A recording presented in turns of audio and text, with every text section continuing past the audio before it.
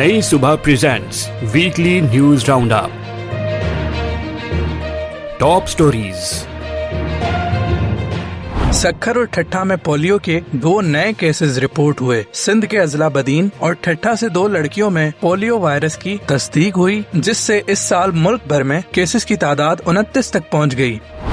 सैलाब मुतासरा इलाकों में बीमारी का फैलाव, चीचक, डेंगू और मच्छरों के हमले, बारिशों और सैलाब के बाद बनने वाले कैंप्स में पानी ठहरा हुआ है, जिसकी वजह से वबाएं फैलने का खदशा बढ़ गया है। आज़ाद कश्मीर में एहतजाजी मुजाहरे खत्म हो गए जब हुकूमत ने मुजाहिरीन की 38 नुकाती मांगे तस्लीम कर ली। Tech updates.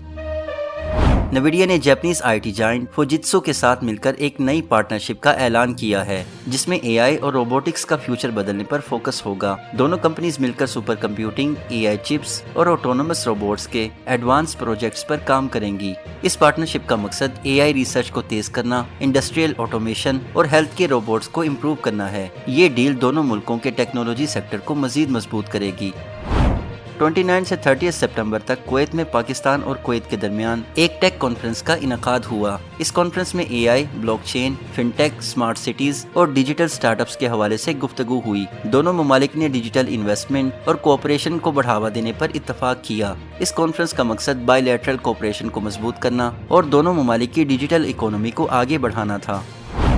पाकिस्तान की स्पेस एजेंसी स्पार्को ने तस्दीक की है कि पाकिस्तान अक्टूबर 2025 में अपना पहला हाइपर स्पेक्ट्रल सैटेलाइट लॉन्च करेगा। यह सैटेलाइट एडवांस इमेजिंग और डाटा कलेक्शन के लिए इस्तेमाल होगा। इस सैटेलाइट के जरिए agriculture monitoring, water research management और क्लाइमेट चेंज के हवाले से रिसर्च करने में मदद मिलेगी।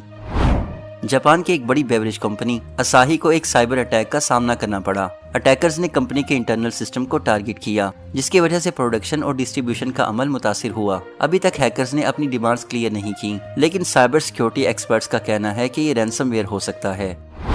और आखिर में आपको बताते चलें कि नासा के कैसिनी स्पेसक्राफ्ट जो 2000 से 2017 तक सैटर्न के ऑर्बिट में मौजूद रहा, इस स्पेसक्राफ्ट ने सैटर्न के एक मून इनसेरिडस के वाटर प्लूम्स जो सरफेस के क्रैक से निकलते हैं का डेटा कलेक्ट किया था। अब इस पुराने डाटा को दोबारा एनालाइज किया जा रहा है, जिससे कुछ नई चीजें सामने आई हैं। साइंटिस्ट ने कैसिनी के मास स्पेक्ट्रोमीटर रीडिंग्स को री एनालाइज करके कॉम्प्लेक्स ऑर्गेनिक मॉलिक्यूल्स आइडेंटिफाई किए हैं। इन मॉलिक्यूल्स में कार्बन बेस्ड कंपाउंड्स मौजूद हैं जो लाइफ के प्रीकर्सर्स हो सकते हैं। Sports updates.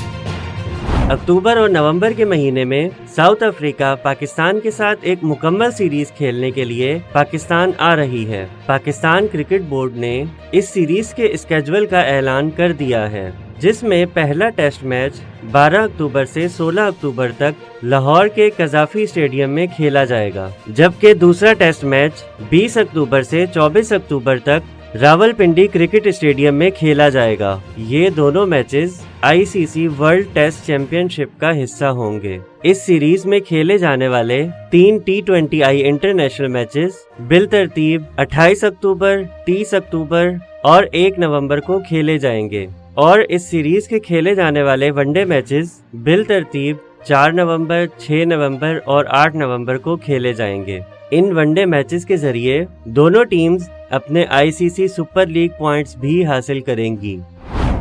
Afghan women refugee team की फीफा यूनाइट्स टूर्नामेंट में शिरकत। UAE ने एक अहम कदम उठाते हुए 23 अक्टूबर से 29 अक्टूबर 2025 तक दुबई में होने वाले फीफा यूनाइट्स विमेन सीरीज की मेजबानी का ऐलान किया है।